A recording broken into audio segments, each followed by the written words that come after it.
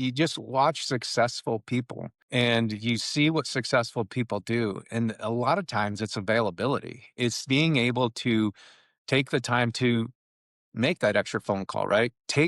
Go out and do the extra things that other people weren't ever going to do. And I learned that at a young age, right? I knew that when I was, trying to play high school and college football, that if I went and did the extra workout, my competition wasn't doing that. I'm hoping they're not doing that. And when I showed up to the gym and other guys on the team weren't doing it, I felt good about that. I knew my starting position it was going to be safe if I just kept going in there and doing the extras, right? Welcome to the Not a Financial Advisor podcast, where we talk money, mindset, and mistakes without pretending to have it all figured out. I'm Chase, and my mission is simple: to help you maximize your potential and think differently about freedom, business, and wealth. You'll hear from people who are actually doing it, building businesses, growing wealth, and living life on their terms. I'm glad you're here. Enjoy the episode. All right, Bill. It's good to see you, my man. Good to see you, Chase. So this is my good friend, Bill McKernan. He's got such a cool story. I just thought I had to bring it to our podcast so we could share it with our listeners. But your story is so cool. Bill was in the corporate world for about 30 years, and he decided it was time to start his own business. And, I think for a lot of people, when you get around the age of 50 or so, you're kind of like, well, this is it.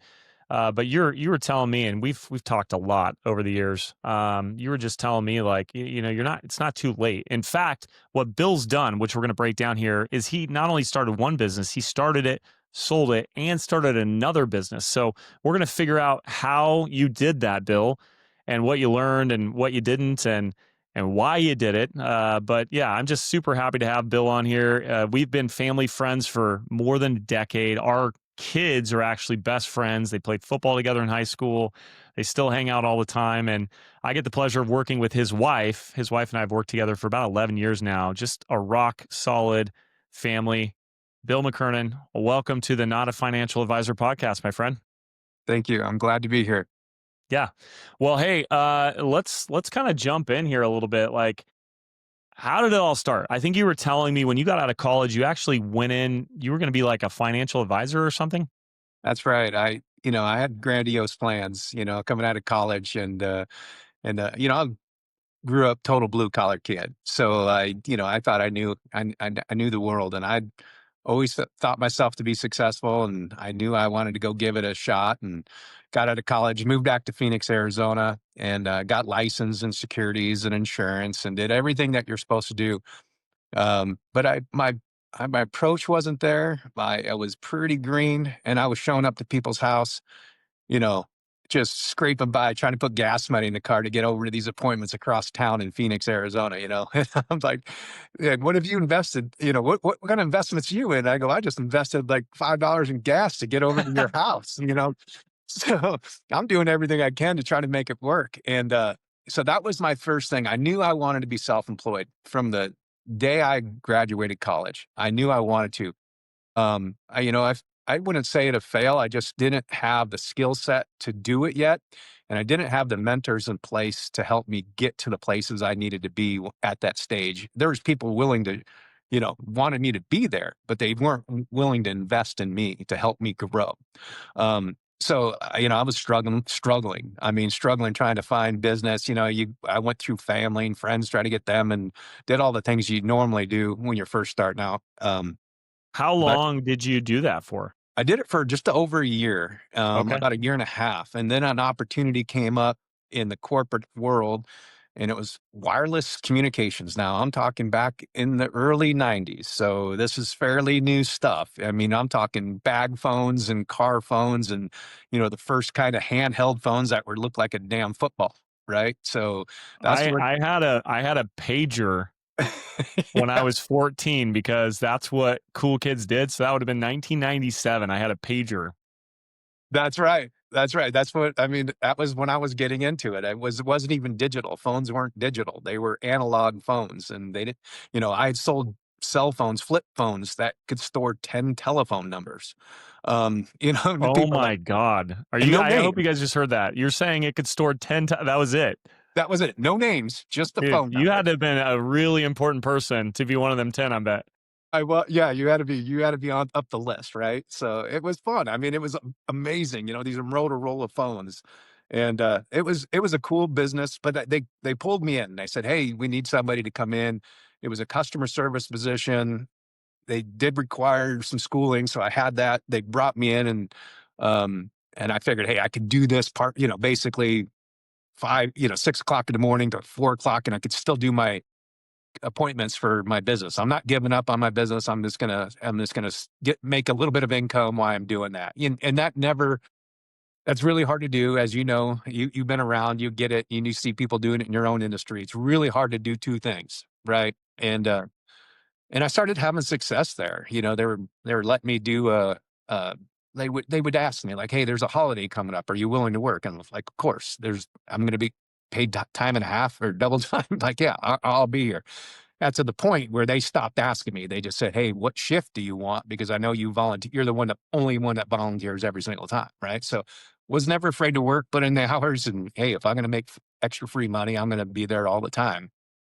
So, next thing I know, I was putting less effort into my business, and I said, "Well, I'm going to have to put this on hold, and I'll figure it out later." I didn't know it would take 30 years. To be honest with you, I didn't know that I'd eventually put it on hold. But the way I look at it is there's time to sharpen my skills, learn. And I think from that point forward, I always said, I'm going to do this with a purpose. Everything I go do and go through corporate America, I knew that I would start learning skill sets that are going to be, they're going to educate you. They're going to put you through all kinds of training.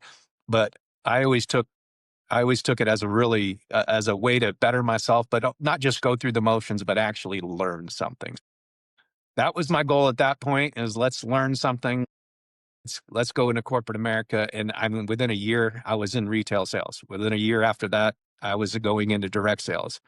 And I had a coach that said, "Hey, I'll teach you how to dress properly."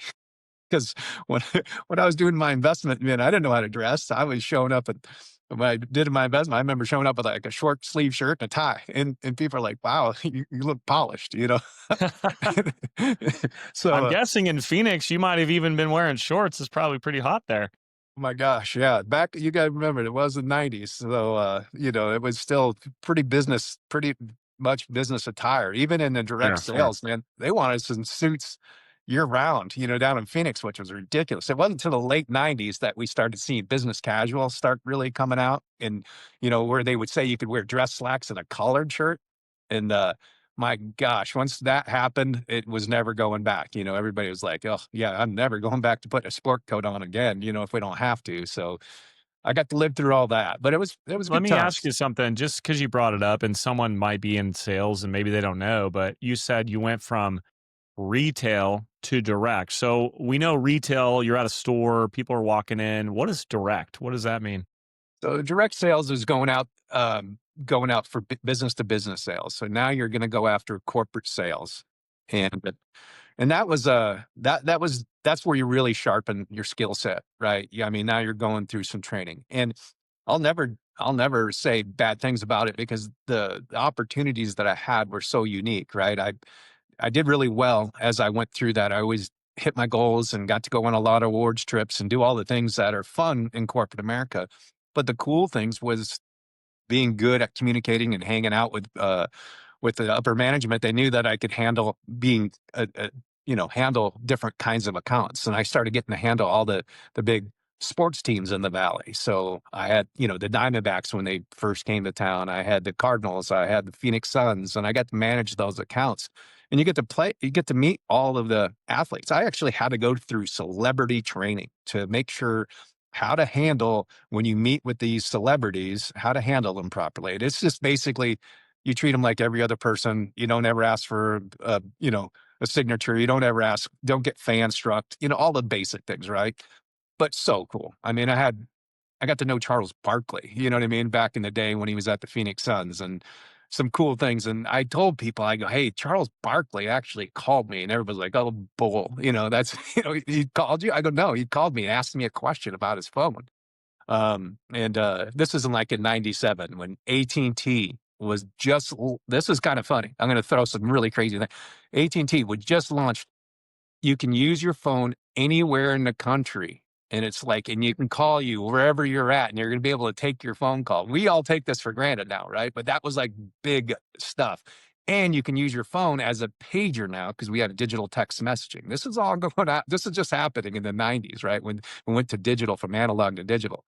And Charles Barkley was one of my customers, and I went to their thing, and they were doing this one rate with AT&T, which you could use your phone everywhere across the country. People could call you, and it was all included in your minute packages. They didn't give you unlimited minutes. You'd have so many minutes you could use.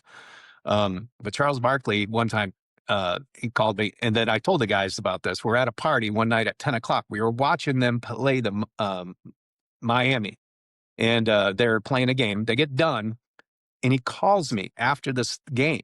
And all these people that I work with are at this party. And I say, look who's calling, be quiet. So they shut everything down. I answer and I go, hey, Charles, how can I help you? He goes, hey, Bill, hey, man, thanks for picking up. I'm going to start texting some friends that live here in Miami. How do I do that again? I go, literally, we stored their names in there and their area code. All you got to do is find their name, text the message you want. It'll go right through to them. He goes, man, you're the man. Thank you so much for picking up my call. Were you watching the game? I go, heck yeah, we're all watching the game. And he goes, that was awesome. I go, yeah, we loved it, man. And he goes, okay, see you later. Boom, hangs up his phone. And I looked at all my friends. I go, I told you the guy calls me. Dude, I'm like got chills just listening to that story. That's so freaking cool, man. It was really So cool. hold on. I gotta break a few things down here because just, we're gonna get into your journey about leaving corporate America here in just a few minutes, but I think it's pertinent to hear some of the things Bill is saying. So there's two things I really want to pull out. One, you said, hey, I was learning. I was taking opportunities. I was the guy who, said yes. And the you taking the holiday shifts, you signing up for all the things, you not saying no to stuff, you being available puts you in positions to get more growth and more opportunity. Like, how do you see that showing up in your life? No, I think it's evident, right? You just watch successful people and you see what successful people do. And a lot of times it's availability. It's being able to take the time to make that extra phone call, right? Go out and do the extra things that other people weren't ever going to do. And I learned that at a young age, right? I knew that when I was, trying to play high school and college football, that if I went and did the extra workout, my competition wasn't doing that. I'm hoping they're not doing that. And when I showed up to the gym and other guys on the team weren't doing it, I felt good about that. I knew my starting position it was going to be safe if I just kept going in there and doing the extras, right? So you carry that on into corporate America and wherever you're working, and you just make that extra call. I remember sitting around on Friday afternoons and watching all my friends pack up and leave for the weekend early. And I'm like, I'll make another phone call, I'll make another phone call, I'll make another phone call. I'll set another appointment on a Friday afternoon. I would just always strive I would get fueled by watching other people not do something. So I think that was my motivation and just doing extras, right? And when somebody came and asked if you wanted to do it, go learn from it. Maybe you didn't want to do it, but go do it and learn from it. And I always took those opportunities as an opportunity to learn. So that's phenomenal, by the way. I think people are going to get a lot from that, and I hope if you're listening to this right now, you're really understanding what he's saying. Like doing a little bit more just sets you apart significantly. So the different thing that I heard is you're like, I always wanted to be self-employed, but I got kind of sucked into corporate America. How do you feel about this question? Because I think about this all the time, Bill. You know, income is one thing and it's important, but knowledge and growth inside of a career should matter as well. Like, how much weight do you put on learning and growing versus just the money you make? Yeah, I would say it was probably more important, the learning and growing, right? And even then I knew that I wanted to take this as far as I possibly could. I wanted to grow as much as I possibly could within these organizations. I didn't know what my top end was. you don't ever know what your top end is in those places, and you'll find it eventually, and I did find it eventually.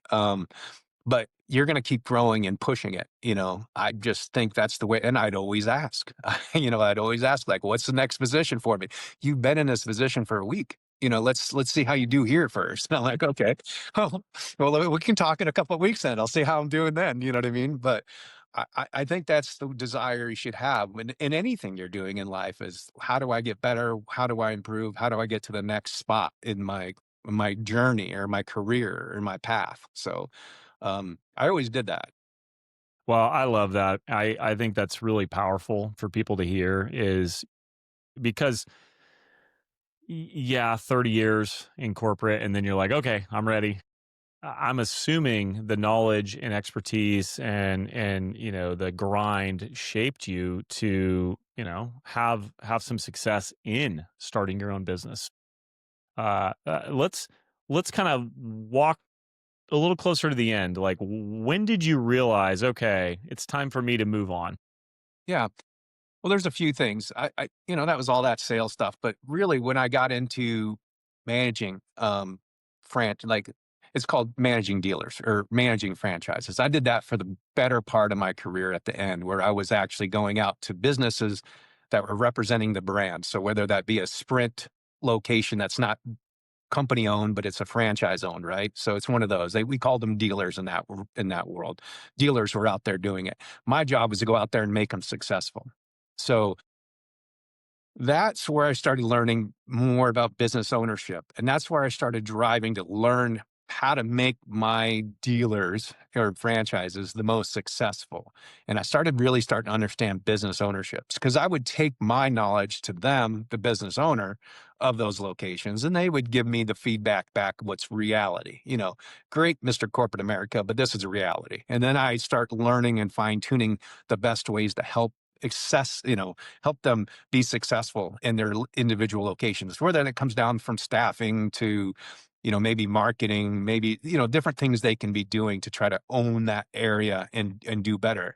And I learned a lot doing that. And did that for most of my end of my career. So that's really where I started really getting to understand business ownership.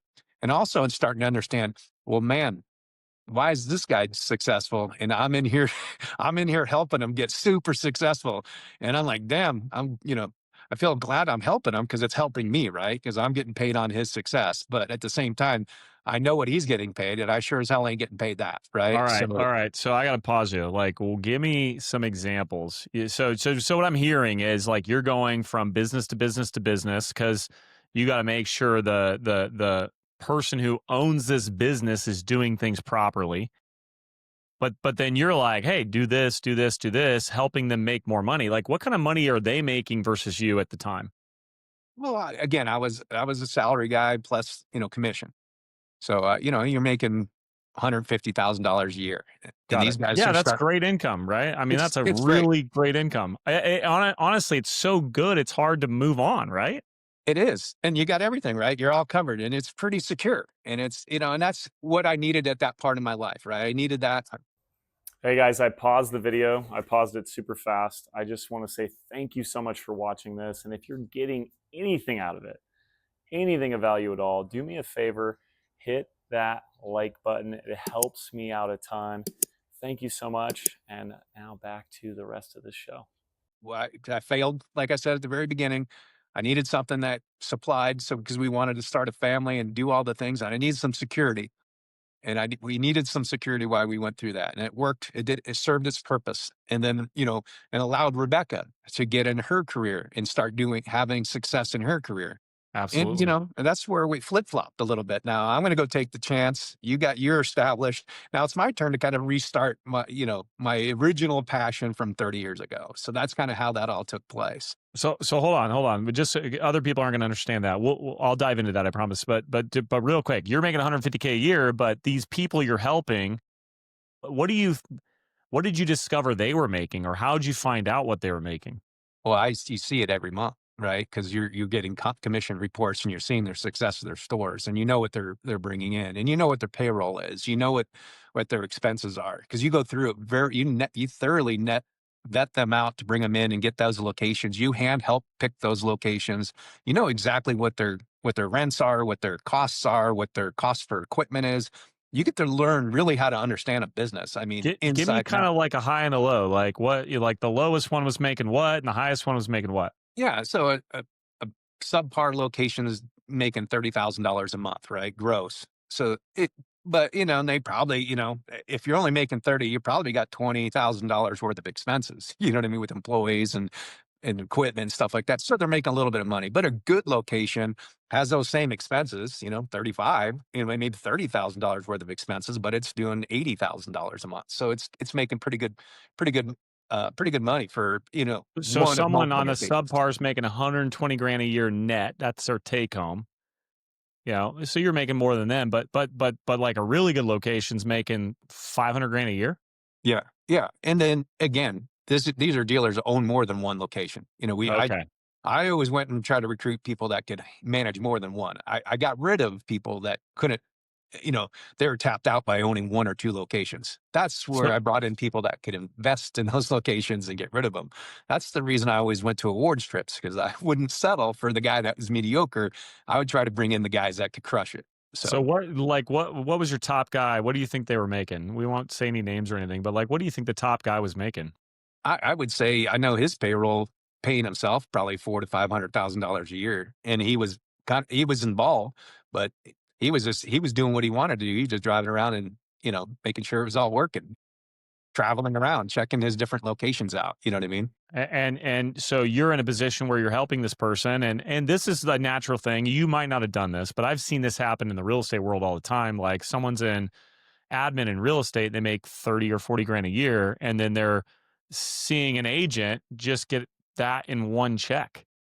And they're like, wait a minute, this agent, I don't even trust them with my coffee order, let alone buying a house, but they just made more money than I did this whole year. It was that kind of some of the thoughts going through your head. Like some of these guys, you're like, I could do this. Well, yeah, and some of them were they're good enough people, but man, they had no clue. And I'm like, man, I'm helping this dude out and I'm dragging him across the finish line every month. And I'm like, why am I doing this for everybody else? You know what I mean? You always kind of have that in the back of your mind. Is like, wow, aren't you lucky? You know what I mean? If I wasn't so driven to make money, I probably wouldn't be pushing you so hard, you know? And Is so that there a was reason you didn't just do what they were doing? Did you ever think about that? I did.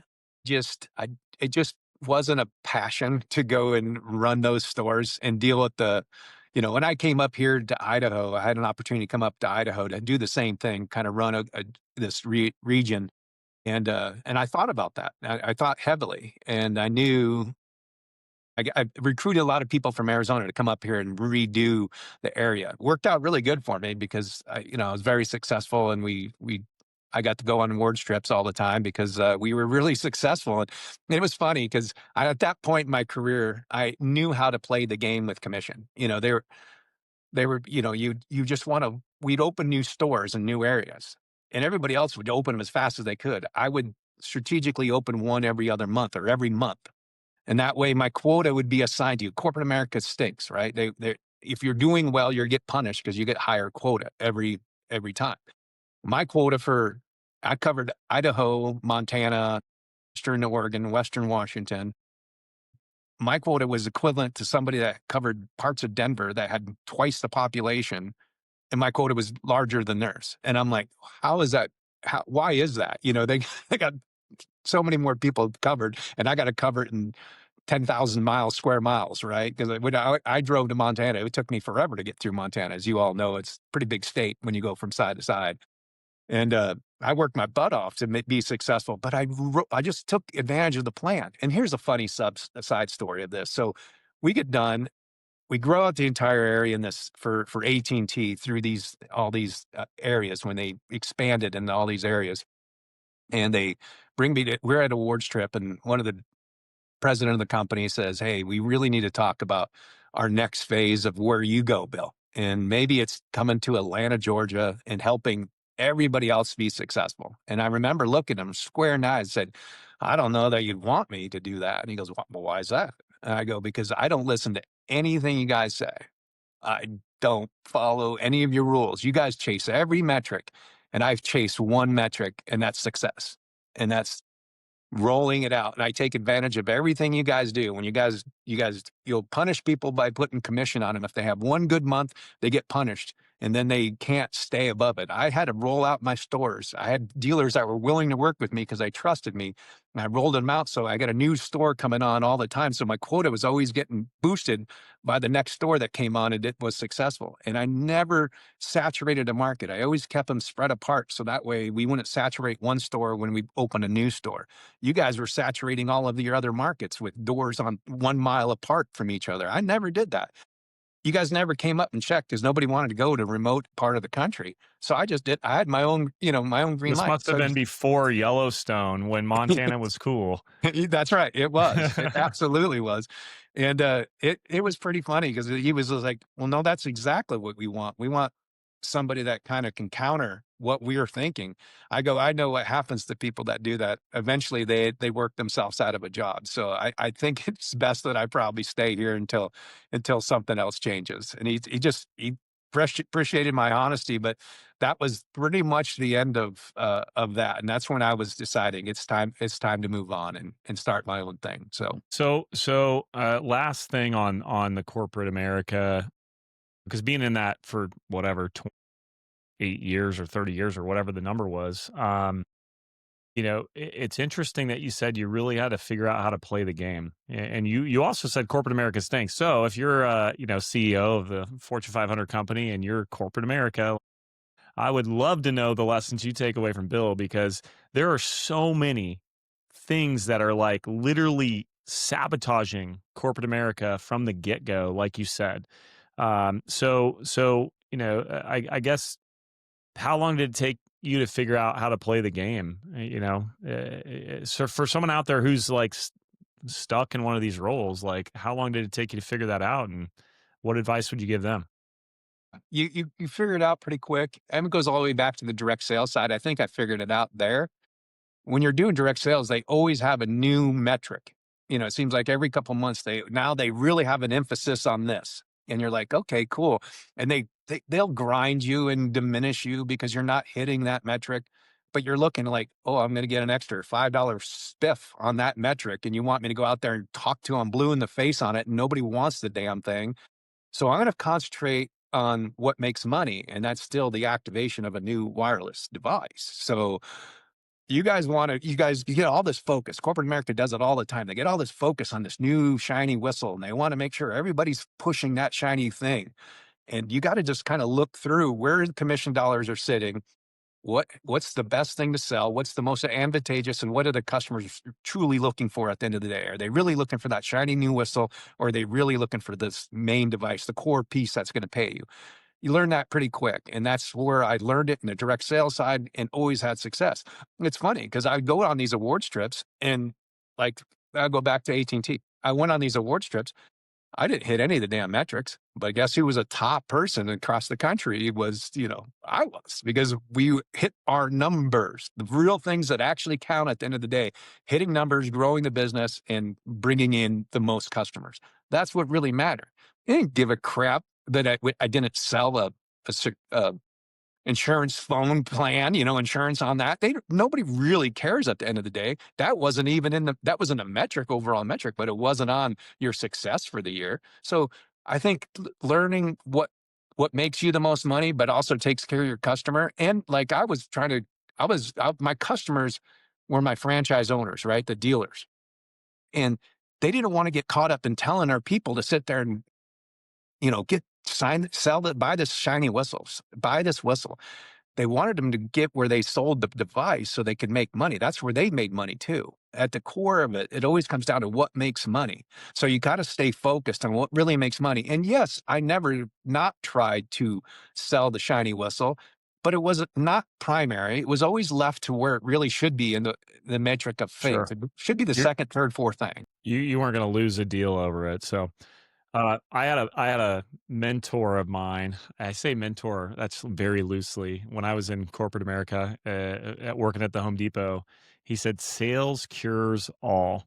and that always stuck with me, you know. So, all right, let's transition. So now you know you're done. You kind of told us how you got there. Like, you know, something I think is interesting that I want to dip into is you started your own businesses through franchises. So I want to talk about like what caused that. So tell us about the first business you got into. What did that look like? You know, because someone's out there and they're thinking they want to start their own business, but they're probably terrified, and rightfully so. Like, how'd you get over the hump on that? Yeah. I see, again, I felt like I come from a unique perspective, right? I felt like I always put myself in and understood business. So I knew everything at the end of the day is a widget. You're going to sell a widget no matter what it is. So I wasn't really too concerned about the product, but I was really concerned about the overall business. And I thought I understood franchising a little better than I probably did. And the first franchise I did was it was called Concrete Craft, and it was a national franchise, home franchise brands. They have like budget blinds and a bunch of different, brands underneath them. And they were doing this business. I probably should have done a little more research on it. Sorry, hold on. Walk me through the process. How'd you end up with concrete craft? Did you know someone, or are you like passionate about concrete? Like, walk me through that decision just real quick. Yeah, yeah. So what it was is I got in touch with a franchise person that was recruiting for different franchises, and they brought me through a ton of different things that were out there. I Do you just recommend that, by the way? Like, is that something people should do if they're considering a franchise? They should go find someone? Yeah, and a lot of times they'll find you. You know what Oh, I mean? okay. Especially they go look for those 50-year-old guys because they know now they want to go buy themselves a job. And they know this is a good time. They got money set aside and they're ready to do that. So they're out looking for you constantly. Once you get to that age, they're looking for you. And they found me. And Is that a concrete, good experience? Like, is there anything I should know if I'm like, oh, you know, I want to talk to a franchise guy? Like, is it worth it? How do they get paid? yeah, I think it's definitely worth it. I think it would help you explore a lot of opportunities relatively quick. I think there's some pitfalls in there that it would be good to discuss just to help people out. But I really think you can find out. I would go with a franchise. I have no problem. I love franchises. I think franchise is great, and the one I'm currently in is a franchise. But the advantage to that is you got to really understand and know, like, you got to see a lot of success in other franchises. I'll give you an example. Budget blinds. Most of those are successful. The people that aren't successful, it's because they don't know how to run a business. They have no, they should never have done it, or they didn't have the capital or the understanding of how to know that you might take you a year to get going. So you better have some money set aside to be able to cover you. So those are the only people that were not successful in those brands. Concrete craft business sounded really interesting to hear because there's a lot of concrete. It gets beat up really bad here in this valley because you have the different, winter, summer. You got extreme both sides. The concrete's beat up all the time. So going out and refreshing concrete would probably be a pretty good business, you would think. And decorative concrete, a lot of desire. And there wasn't a lot of competition. I thought that to see that it was like a pretty good opportunity. Not a lot of competition. A lot of people that So do you're thinking, how many jobs can I get? Is there a lot of competition? Right? And like, how hard is this going to be? Is that kind of like that was kind of your metric? Okay. 100%. Not a lot of competition. There's a lot of guys that do garage floors, but not a lot of people that do, exterior concrete, repairing it, refreshing it, doing that stuff. You do is quick search and there's not a lot out there. So I figured good opportunity, something unique to the valley, something that's underserved. So I thought it would be a good opportunity. Yeah. I'll never forget. You and I were driving. I don't know if you remember this. We were driving to go to the state championship game our kids were playing in. And you were telling me you just had got into the business. You were telling me all about it. And definitely had a lot of passion for it. So like I would reiterate that. At least at the time, you were extremely passionate about that new business. And so how do you think that weighs into someone's decision if they're going to get into, start their own business? Like should they like it and want to do it? Yes, I absolutely. If you have no desire doing it, it's probably not a good idea. You have to have some passion for the industry, and you got to have some passion to believe that you can be successful doing it. But you also got to be the right kind of person, right? I saw a lot of franchise owners come in and like, I'm not good at sales. I'm not good with customers. I don't like employees. Why the hell did you just spend 100 grand getting into this when You just mentioned the 3 things you have to do. you got this? Those are three key kind of elements to being successful in this. You know what I mean? It was And I don't wanna overlook something you said earlier where these 50-year-olds buy themselves a job, and I guess that's my point around the passion is, like, you better like it, because you are essentially buying yourself a job. What does that mean to you, buying yourself a job? well, you see a lot of people do that, right? They get into a buy a company and they're stuck to it for quite a long. And I think most people's goals at the age of 50, they want to kind of make it almost a passive income. They're hoping that they can, turn it into more of a passive income. But the reality is when you start any new business, you're gonna put some time into it. You're gonna dedicate a lot of your time and energy and effort into that business in order to make it successful with the long-term hopes of that you can get it to where it becomes a passive income. But there's a 5-year business plan that you're involved every day to do that, right? So I think there's some misunderstandings, and that's the one thing you got to be careful with recruiters. They tell you that there's people doing it, but they forget to tell you that they only lasted 6 months. You know, Or it's 1 out of 100 that actually did it. They're not picking the average, they're picking probably the best of the best, right? exactly. So you got to take everything that you're getting, with a grain of salt. And, that's where I think if I was to do it, I'd probably do a lot more investigating. I mean, again, love the business. I think concrete business is a great business. It just wasn't, didn't need to be in a franchise. And when I sold the business, are we ready for that part yet? Well, hold on, just because you said a lot more investigating, so, like, what? What did you do when you got in, and what would you do differently? Yeah. So they originally say, "Hey, here's a few franchises to call. Call them." Well, yeah, they're kind of teeing you up with people that are really going to give you, probably the highlights of it. And I think what you need to do is, yeah, you should do that. You should learn about the business itself, but you should also, maybe do a little bit more investigating, just call other businesses in different parts of the country that you're not going to interfere with and just ask them in that space and kind of ask them, hey, what's the pros and cons? Do a little bit more research. Are you talking other franchises, the same franchise, or are you talking other business owners in that industry? Other business owners in that industry. Okay, got it, And that got it. and you could learn some things. Like, I could have learned some things like, well, you can buy a lot of the products directly. You don't need to go necessarily through a franchise. And that's where you So kinda give us like there might be someone listening that knows nothing about franchises. Give me like a high level, like how's the franchise make money? How do you make money? Give us the high level, like the 30-second elevator pitch. yeah, typically where they're making money is they take a little percentage off the top, but they also, if you buy through their vendors, they get a little kickback from their vendors too. So you're not necessarily you're getting a okay deal, but you're using their vendors, and you can probably find those vendors locally without having to pay shipping and some of the fees that you're doing, and it ends up being a net same. So So what's the like? Why would someone do it? Do it then? Why not just do it all on your own? I think what you do it for is you want, they provide you a website, they provide you a customer management tool, CRM. They provide you with some training, initial training. Now you can go out and get all that yourself, right? You can absolutely do that yourself, but it is bundled all together and it's an established brand.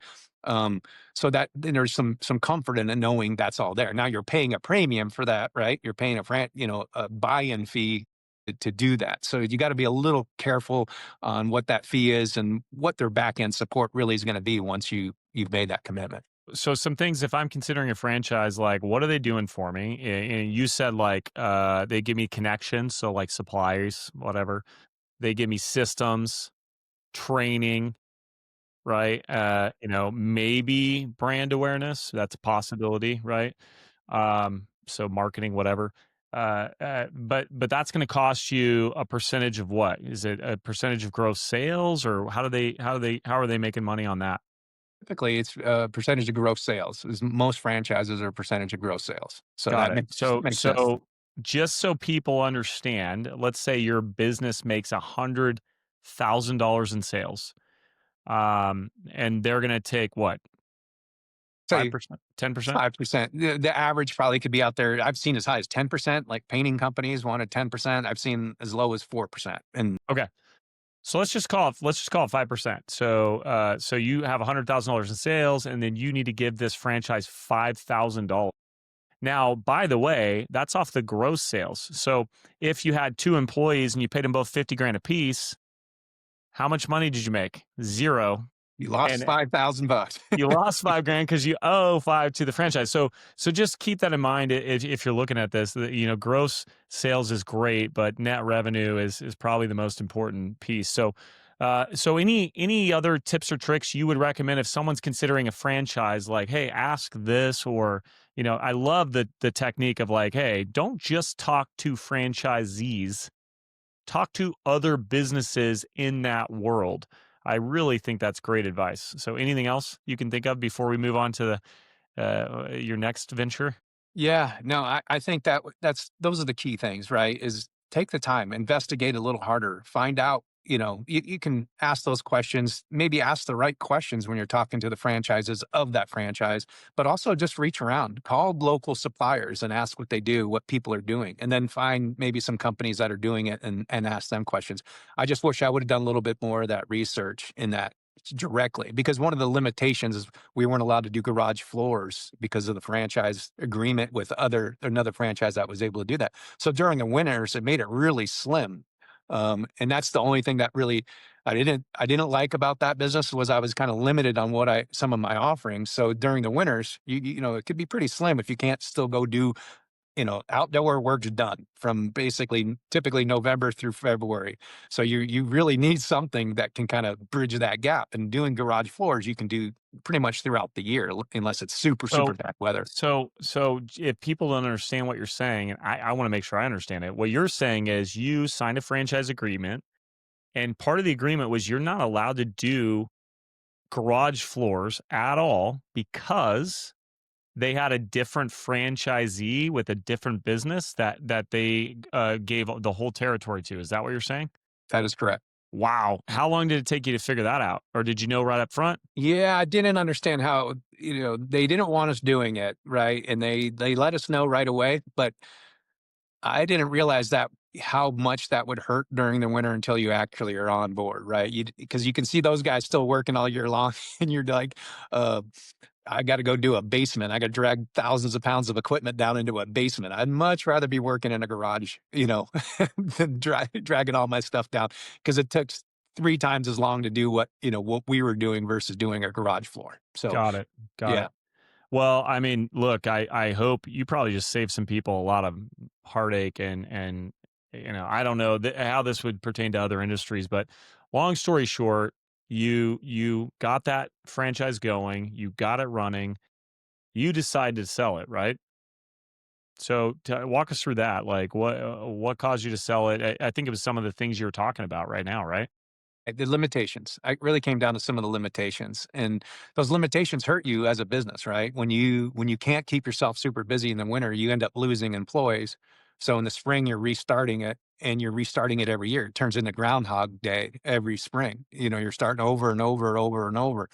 And that was very frustrating to me, because I knew, if we could just bridge that gap during the winter with other product, we wouldn't have to be starting over every time. So I put the business up for sale. Me and my sons, me and Blake are owners of this business, and we're owners of the new business. But we decided that, hey, this is some of the limitation. Let's sell it. We knew that when we bought the business. We said we'll give this 5 years. And year 4, we'll decide if we want to continue on or if we should try to sell it. At year 4, we decided, so because of those limitations, we thought we'd sell it. And then when I was selling it, I said, well, you can absolutely go down the franchise brand, or my contract's up. You can take another opportunity. I can teach you everything, and you can just rebrand it yourselves and utilize all of my local contacts. And you can do everything you want to do in this market, not just what you're allowed to as a franchise.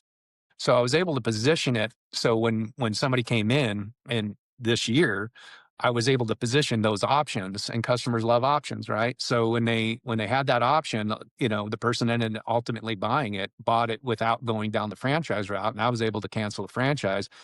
He's got all my knowledge and what we can do, all the experience, but he also now is, you know what? He's got his winter kind of filled up with some indoor jobs. Imagine that, doing garage floors. So, good for him. I'm wishing him success. I stay on the phone with him at least once a week, if not more, just trying to make sure that he's successful. I'm definitely rooted in his business. I want him to be successful. And, I'm just like, dude, don't ever make a decision without, if you're questioning it, call me. I don't want you to ever make a mistake, because the worst thing you can do is in that business is going back and fixing something. So do it right the first time.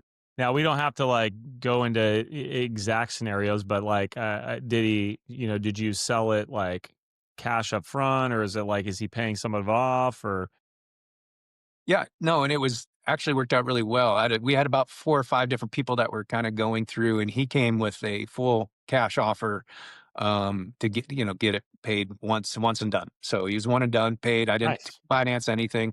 I provided all the equipment. I gave him, all the equipment was worth a good percentage of what he paid for the business. We had thousands and hundreds of and $100,000 worth of equipment plus, over the years we had established and created and built. And we have really good stuff, and we had some employees that he could carry over too. So there's some good value in that. And then, I'm here to help out.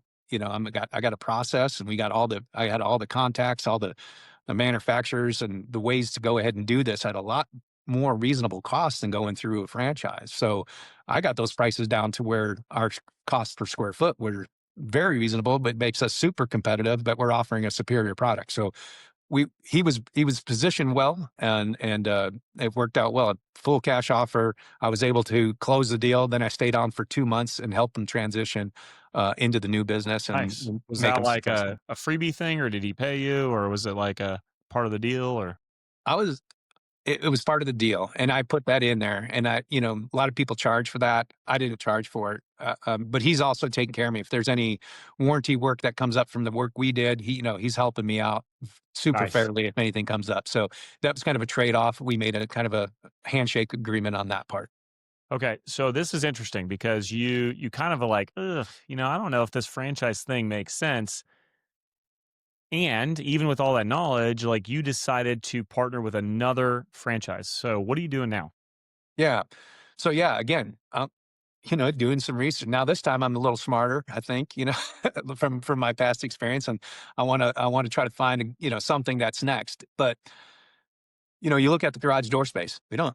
I know what they are, but that's about as much as I know about garage doors. And we're like, okay, well, let's take a closer look. And this franchise was unique. There's not a lot of them out there. This didn't have recruiters out recruiting. They recruit directly. They had an extremely low franchise fee, compared to most franchises that are out there. And then when you go and look what it costs, so I did more research this time, called other people, and it costs to go get certified and trained. You're talking about $4,000 per person minimum cost. So that's about $8,000. The franchise fee for this business was $15,000. So take out $8,000 for me and Blake to get trained. That's $7,000 cost to get a franchise. That's a lot cheaper than the last roundabout. And this one, what made it unique is they actually run a business in Chattanooga, Tennessee, Access Garage Doors in Chattanooga, Tennessee, which is a very successful. It's probably the biggest garage door company in that space. They've been around for 20 years, and they own that market, and they're very successful. They deal with this every single day. This isn't nothing new. It's not a franchise that most franchises, they got people that operate it, but they haven't been in the industry for years, or, they sold their business 10 years ago. Now they're part of a franchise, and they're your coaches. These guys are living it every day. They're dealing with the same manufacturers. They're trying to get pricing improvements constantly. They're working for us.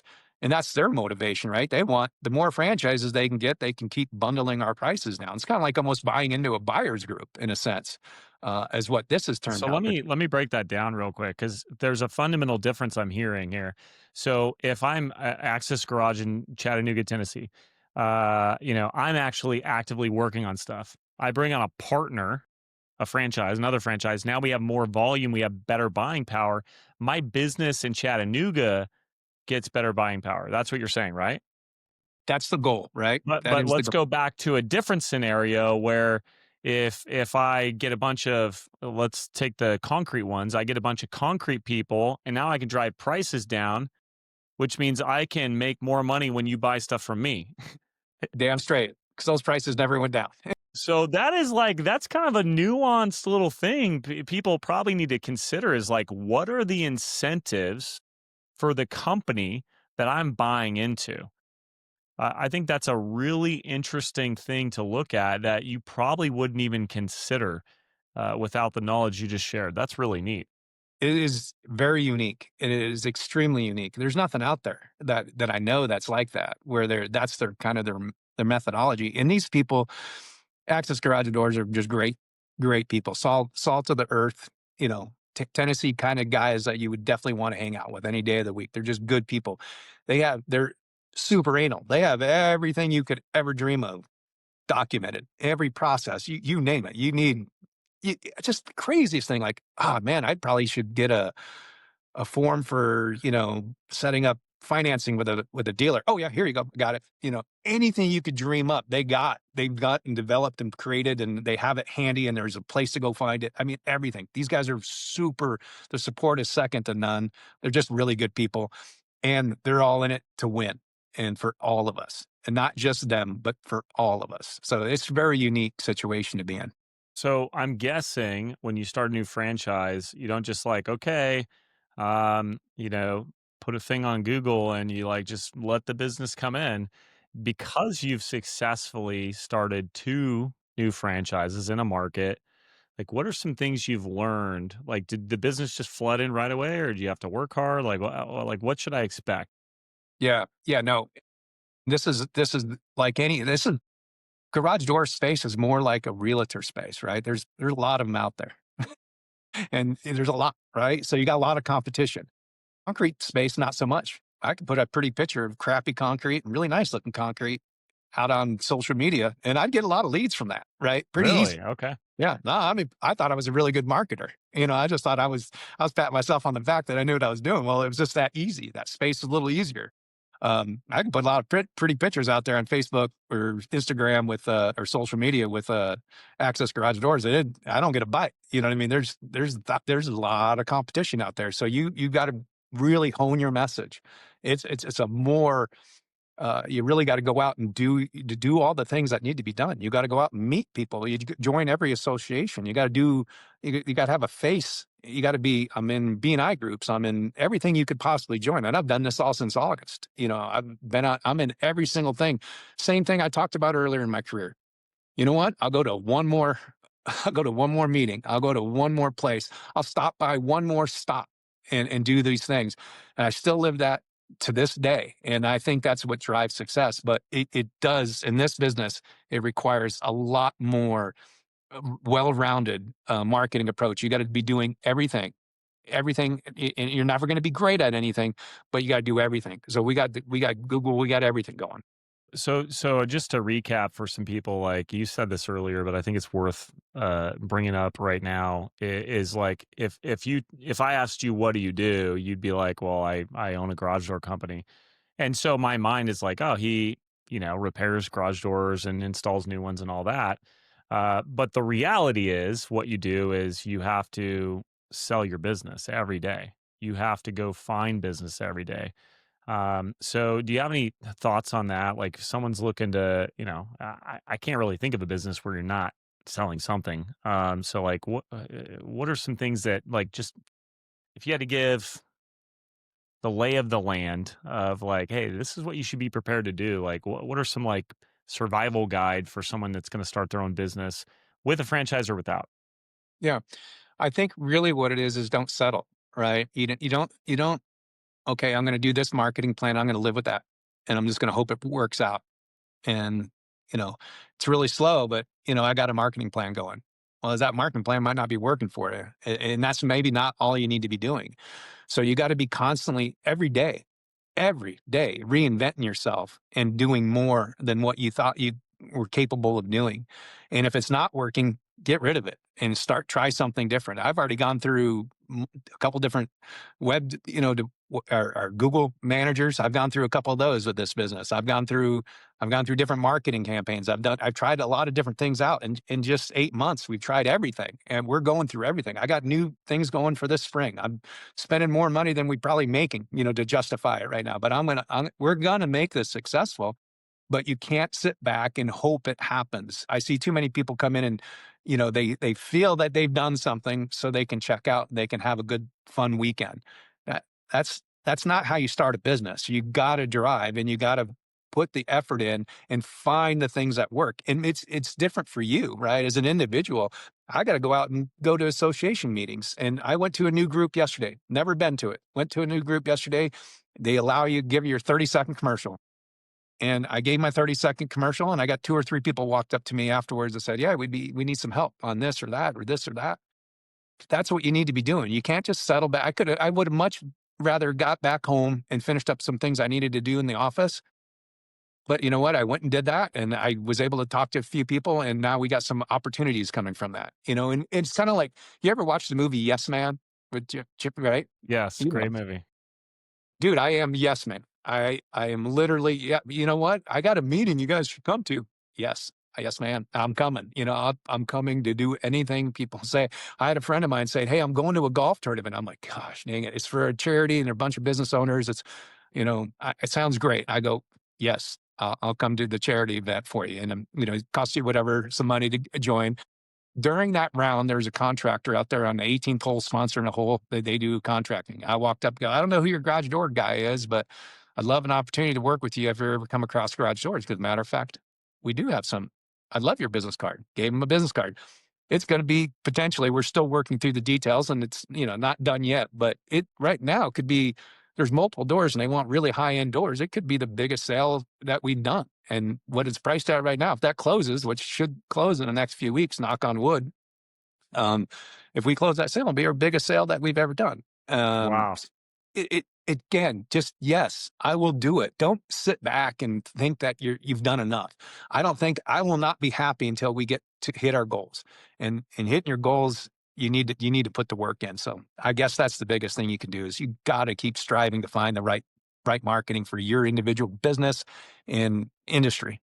Well, let's try and land the plane here. Believe it or not, it's already been almost an hour, so it's crazy. I really appreciate all your knowledge and you taking the time to spend with us here. It's phenomenal. For the right people, this is invaluable for them. So what are some things you would tell someone who might be, maybe they've stuck in corporate, you know, maybe they're in their 50s. They've been doing that their whole life and they're like, "Look, I'm just too old to make a change or it's too scary," or like what are some things you might part to those people who are hesitant on making a move?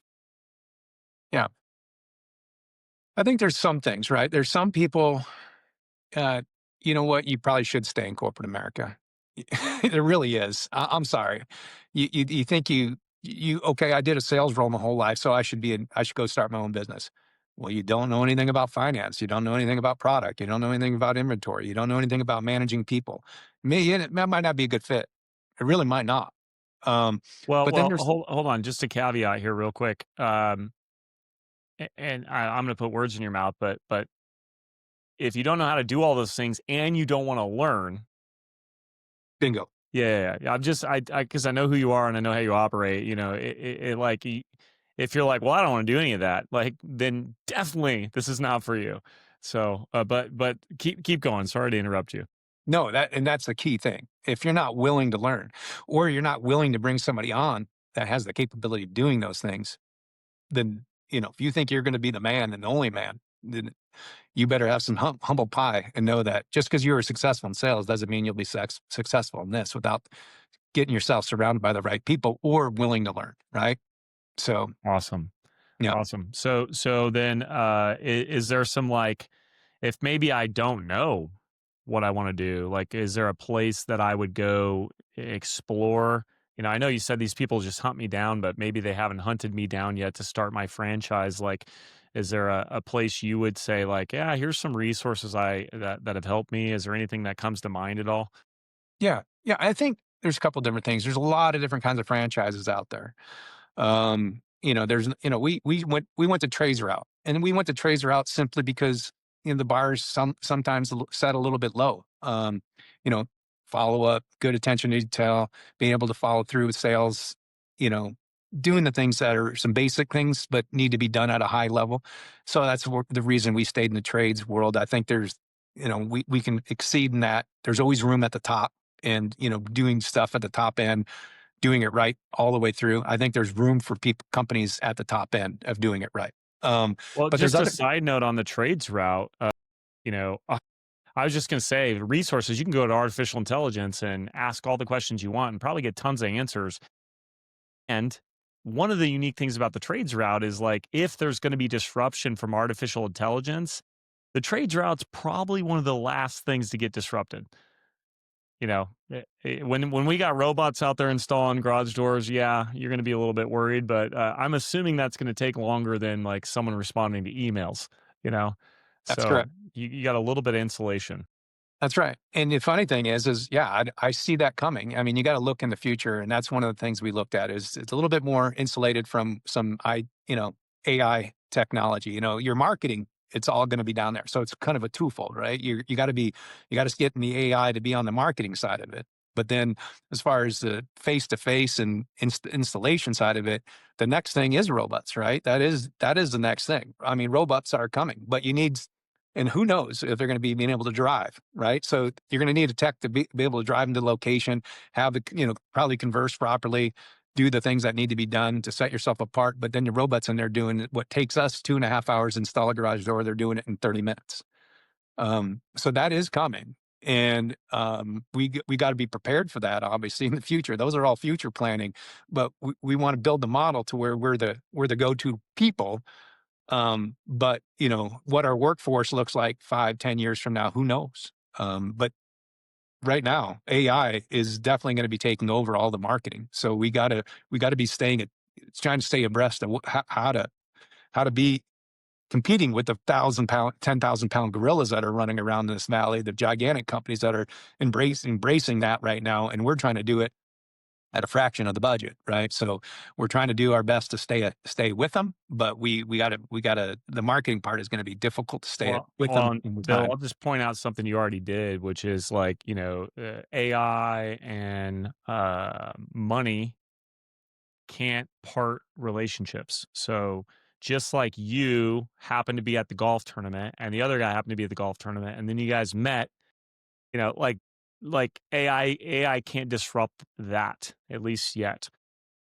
Relationships are key, and I think you're just phenomenal at establishing and the building them. And with our time being up here, Bill, if someone has questions or maybe they want to get a hold of you, where should they reach out to you? How should they find you? Yeah, there's a couple ways. But I think the easiest way is, get on Access Garage Doors Instagram account and message me, and then we can set up a time to have a real conversation. Going through any of that social media that way to get in touch with me, that'd be great. Awesome. Well, you're a great guy. Take him up if you have questions. Hit him up. I'm sure he'd be happy to answer them. I don't know if he could meet with everyone.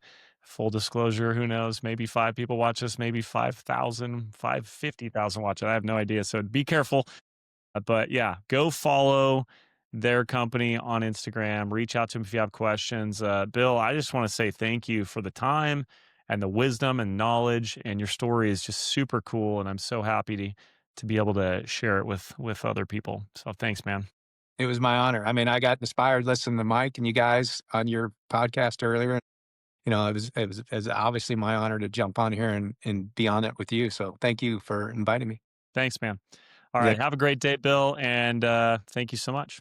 Sounds good. Thank you. Thanks for tuning in to the Not a Financial Advisor podcast. This episode helped you think differently. Share it with someone you think would benefit. Remember, your potential grows when you do. We'll see you at the next one.